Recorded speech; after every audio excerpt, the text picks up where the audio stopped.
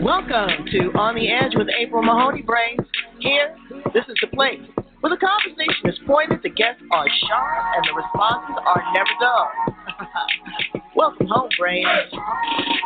Coming to you straight from San Diego, California. Let's welcome our host, April Mahoney. Hi, Brains. We've got another fantastic, engaging, interesting interview today. Eric Pierre. He's your favorite CPR in San Diego, Austin, Los Angeles, probably worldwide. Yes, he is skilled and talented in the world of global accounting, and he's the owner of his own firm. But he's more than that. He is an individual. He's on the move. He's young. He's vivacious. He's a thought leader, and we're going to tap into all of that. I'm going to ask him some questions today in this interview on this podcast that he's probably never been asked before, and I can't wait to hear his answers. So we want to welcome him to the Edge. How are you, Eric Pierre? I'm doing great, April. Thank you for having me, and I look forward to hopefully providing something to the brains out there listening today. Oh yeah, because I've been following you on social media, and you are busy. So we're going to ask you a lot about that.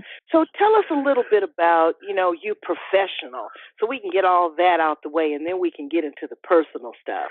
How did you start in accounting?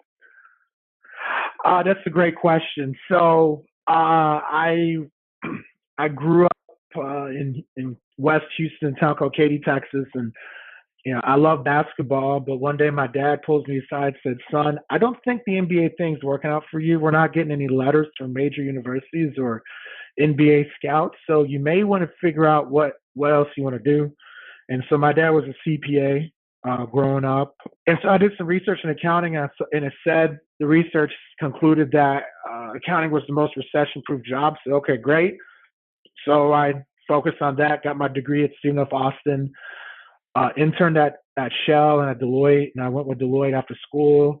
Got to travel the world, work with Abbott Laboratories. Then I worked for an engineering firm in Houston. And then I got to a point where I realized that my skills weren't being best used in a corporate setting, where I was competing with other people instead of collaborating and building like a family. So I left at the end of 2015, and in 2016, I moved to Southern California, expanded my business out there, and then now we have our headquarters are here in Austin, Texas.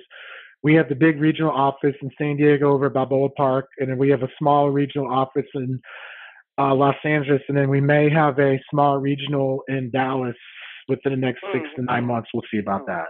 Yeah. Well, there's nothing small about nothing you're doing, Mr. Pierre. You are moving and shaking. Okay, so now, how young are you? I am 39 years young. See, that's what I'm saying, Brains. He started early. He's just straight going to be a beast and be able to retire at 50 or 55. That's where we want to aspire to be. So now you have all these great accomplishments. You've traveled the world. You work with Big Pharma. What does that look like in your life? Is it happiness? Is it fulfillment? Be honest with us. How does that texture feel? That's an interesting question. I've never had someone ask me a question like that before. Oh, honey, I've got a bunch of them for you.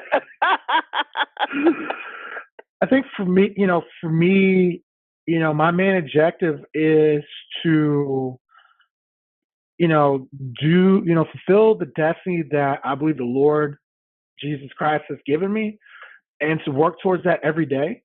And, I think of the passage of, the talents, and, you have the guy with 5 talents, and then he turned it to 10, and the guy with 3 turned to 6, and the one with 1 buried it. I don't want to be the guy that had the talent and buried it. And I believe that I'm the guy with 5 talents, and now the challenge has turned to 10, but also be an example for other people, because in my industry, what's interesting is that, accounting, there's evidence that was actually started by, the African culture a long time ago in ancient culture. But today, less than 1% of CPAs are Black or was considered African American.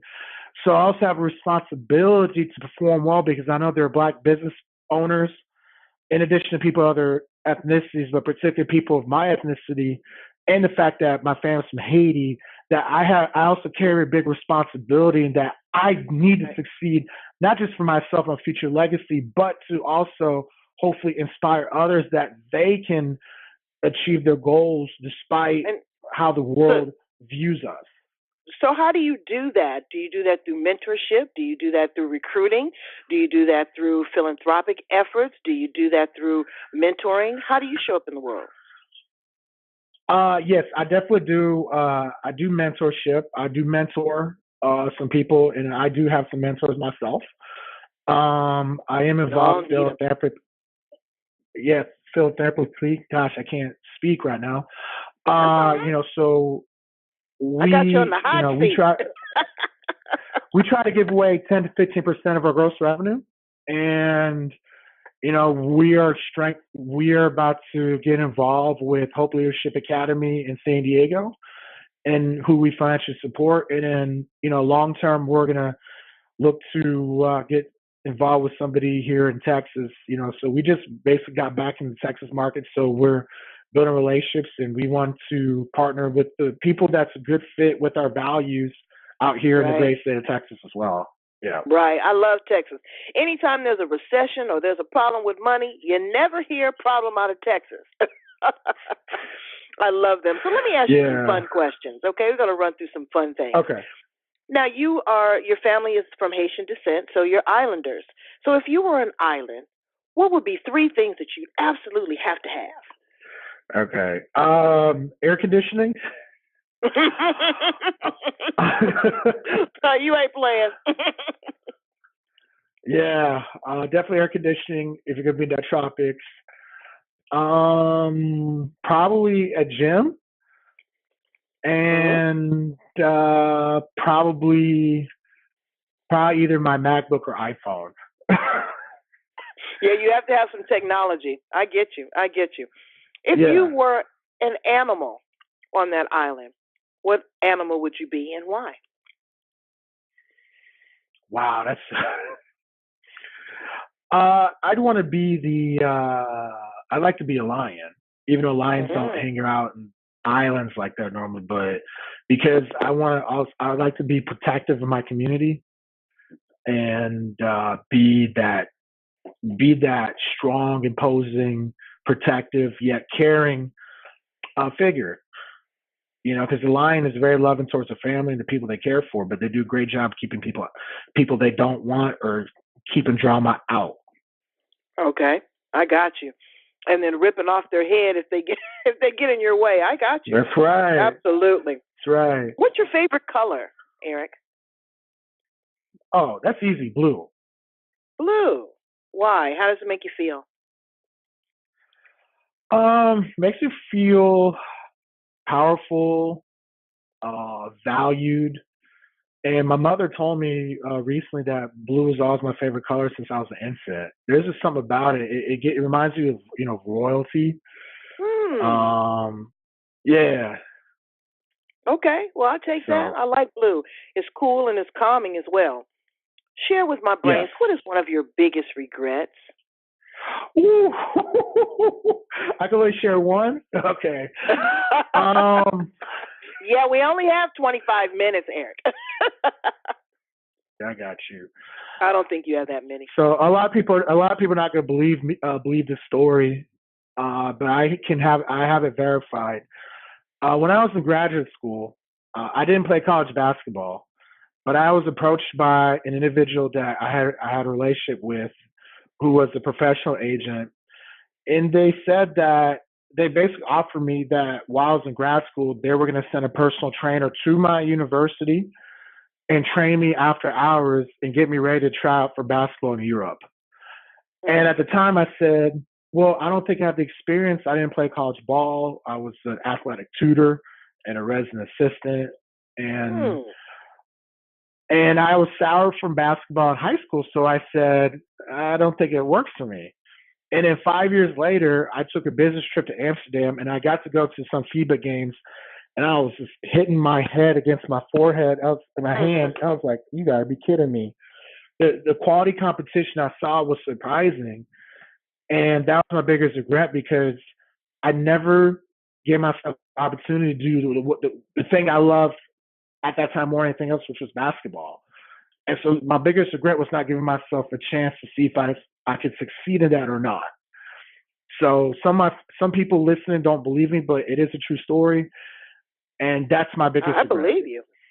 But you know what? It's never too late. You are only 39 years old. And if you don't physically have the endurance, you can pour into that by coaching and mentoring and sponsoring, all of those wonderful things. So it's not over till it's over. Tell my brains, what is one of your pet peeves? What gets on your last nerve?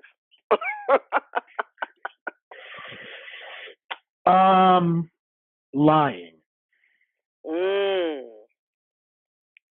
What do you think people achieve when they lie?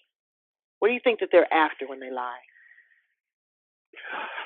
You know, when we lie, because I can say this about myself. Now, me being 6'8" and I carry my emotions in my sleeve, when I lie, I'm a terrible liar. You can just see it from LA to New York. It's embarrassing. So I had to stop lying a long time ago. But when people lie, we don't want to admit that we're not as great in something, we're not as good or as talented as we project ourselves to be. You know, and when I think about lying, I think you mentioned social media. A lot of people on social media today are lying about their financial success, and I know this because there is a statistic that says only 1.5% of Americans make above $250,000. And when the median income in America is $50,000, that means most people online are lying. But people are lying because they want to.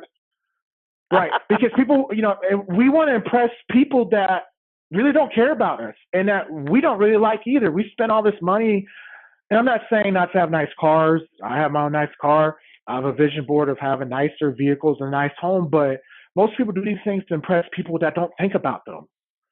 And it's to put on the front when most people don't even care about those things. And when you brought up social media, you know, they collect people like tokens. See, I don't do that.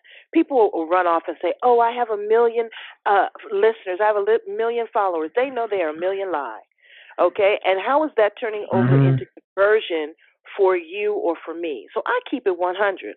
I would like to have 10,000 leaders, 10,000 people that are engaging, 100,000, you know, 1 million people that are really engaging. They don't have those kind of numbers, so they just collecting and pointing and clicking on folks like they doing something, but they really not doing nothing. Okay, so you don't like liars. I got that. What drives you? What just puts you in fifth gear in overdrive? I guess the best way to describe it would be I just want to just dominate. You know, I have some high, you know, my goals. You know, I would like to, well, I want to be when you think of CPA, I want my name to be said first. You know, right now when you think of CPAs, you think of the big four accounting firms, or you think of people like Mark Kohler, who's he's a great CPA. I've never met him personally, but I watch him online. I consider him a mentor from afar. But I want my name to be up there, just like when you think of athletic gear, you think of Nike first. When you think of fast food, you think of McDonald's. When you think of luxury, you think of a Mercedes, BMW, Rolls Royce. That's what I want my name when associates with accounting and finance. I'm working towards having my name be associated with that royalty. So that's what drives me every day. That's right. Yeah. That's right. Tell me, what's the last book you read? Wow, that's a great question. The last book that I read was right before tax season, Sell or Be Sold by Grant Cardone. All righty. You got that. And if you could put a taste to success, what would it taste like on your tongue?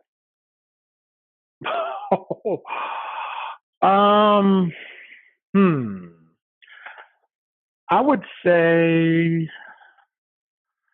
I would probably say something like, eat at the finest restaurants and tasted the finest cognacs and champagnes and wines. You know what that tastes like on your palate. I know. I think something in between Chipotle and horseradish. You're funny. You are funny. And my last question to you, Eric, is it lonely at the top when you have all the success in the world. You have everything at your fingertips. You're still looking for loyalty. You're still looking for companionship. You're still looking for trust. You're still looking for, what is this person's intention? So I want you to ask that, and then I want you to think back and ask yourself, what am I willing to concede to make all of this just the perfect recipe for my life? Does that make sense? Can you repeat that one more time? That was pretty heavy. Okay. So it's lonely at the top. Okay. So for some people, not everybody, because there's, to whom much is given, much is required. So you're traveling in the world correct. And you're doing all these great things. Does that impact your family life? Does that impact your personal life? Does that impact your health? Does that impact your relationships with others or that? What does that feel like? That's the first question. Yeah, it gets lonely because when I first, started as an entrepreneur, I had friends and family that didn't necessarily buy into the vision of going out west and doing what I was doing. And part of it was that as I'm finding out for myself, I've had to become somebody that I wasn't when I started this journey. And so as a result, along the way, I've had to shed some friends, but at the same time, I've also gained new friends. I've gained mentors. And so at times it feels lonely, but what's helped me is that I go out of the way to find people that are better than me. People that have, they're better, they may not be CPAs, but they dominate their industry. They're healthier than me physically. They're healthier than me emotionally. They're healthier than me spiritually. And surrounding myself with those people to help put that balance, because since I'm a single guy right now, I can pour all my time and energy, but sometimes it gets crazy. And so you'll never have, if you're going to be an entrepreneur and running your own business, there's no such thing as work-life balance. Work never stops. And that's the reality I've learned. But there's times that I can say no. And there's times that I need to bounce things off from people that have done greater than me financially, or people that have been in a similar situation. So I don't get to relate to as many as my friends that work W-2 jobs as I used to. Right. But What'd you say? You said W-2 jobs. Well, people that have never run their own business, and I'm not knocking that. Right. Remember, there's some people that are W-2 employees that worth $300 million. They're vice presidents for Chase. I know, but I just never heard it. I just never heard it, put down like that. Yeah, cool. I'm not putting them down. It's just, no, I don't mean. I meant in translation. Yeah. The Ebonics slang, so, put it down, not lower level. Yeah, but good. So when somebody pisses me off, I'm gonna say you W-2 employee. That's brilliant. And so, all right, you know what? But not just that. Yeah. Okay, so now let's move to the next part of that question. Trust, values, and you said that you are a single man. What does that look like? Because again, all the success in the world ain't nothing if you ain't got somebody to share with. I'm just saying. I say that from 35 years of experience. If it's nobody but your cat, you got to have. Yeah, I don't even have a cat. I travel too much. I have pets. So, I am praying and asking God to bring that, righteous woman to me, every day. I guess the nice thing is that with the stereotypes, like what most people don't even, when they see me, they don't assume that I do what I do. So I guess I can cheat the system a little bit. Because the stereotypes, I can use show to my up authentic. Yeah, so it's easier to be myself because most people don't think I'm a CPA. They think I'm just some ex-jock. So I'm not as targeted as, say, some other peers that they have more of or my mentors have the look of wealth. But yeah, I had to work. I have to continue to work on myself. Because if I want to attract the person that I want, I have to be that person. When I first started this journey, I wasn't anywhere near that person. And so thankfully God has given me some pastors at the Rock Church. I've reconnected with, my pastor. Pastor Miles? I don't know Miles. I used to work with Marcus and Nasir, but I'm part of a men's group at the Rock, and then I reconnected with, Brent, who pastored me in Houston. And, my best friend, Hurtis, he's a pastor. Some of my other close friends in Chicago are pastors. So I had to reconnect with them, and most of these people are married men. And so, and also just my parents, they just celebrated 40th anniversary. Wow. And this past, their anniversary was December 30th. Yes. And so this year I actually had my parents pray over my sister and I. And I started asking them questions about how they did it, because that's what I want. More than anything, at the end of the day, as great as I want to be a businessman, I want to be an even greater father and husband. Right. Because at the end let me of this, tell you how you're going to get there. I can't take it. Because let me finish real quick. I can't take this when I die, and I want to be able to pass this along to my future children. Right. Well, you know what? All you have to do is slow down a little bit, go somewhere on a deserted island with your cell phone air conditioned, looking like a lion, wearing blue, laying there in the sun, and I'm telling you, the women will come flocking. You are a great person. You've been such a great guest. You've been so open and honest and so different than the CPA that they see, your favorite CPA. Tell my brains how to get in contact with you, Eric Pierre. If they want to vibe with you, maybe if they want to take you out on a date. We'll definitely take applications for those. If you want to call the main office at 619-800-6852. That's the main office number. I can be emailed eric@yourfavoritecpa.net. And then if you're more into social media, our business page on Facebook is Your Favorite CPA. On Instagram, you can find me at Your Favorite CPA. And then my website is simply www.yourfavoritecpa.net. Brains, I'm telling you, this has just been the best. That's what we do on The Edge. We want to bring you out of your comfort zone. We want to make sure that you are pointed, that your conversation is edgy, and that you are always sharp. Thank you so much, Eric Pierre. Please come back and visit us again on The Edge. Would you do that? Yes, and thank you and the Brains for allowing me to take up some time today, and I hope that I was able to make a difference in someone's life today. You did. If nobody else, you made a difference in mine. Brains, go back. Check me out. I told you, raise those numbers. We are looking for the quality, not necessarily the quantity. We want the right people. We want the right mix here on The Edge, Twitter, Instagram, Facebook, Spotify, Mixcloud, iTunes, all over the planet. I'm here for you. I love you deeply and completely. I want you to take good care of yourself. And thank you so much again, Eric Pierre. Have a great day, guys. All right. Thank you.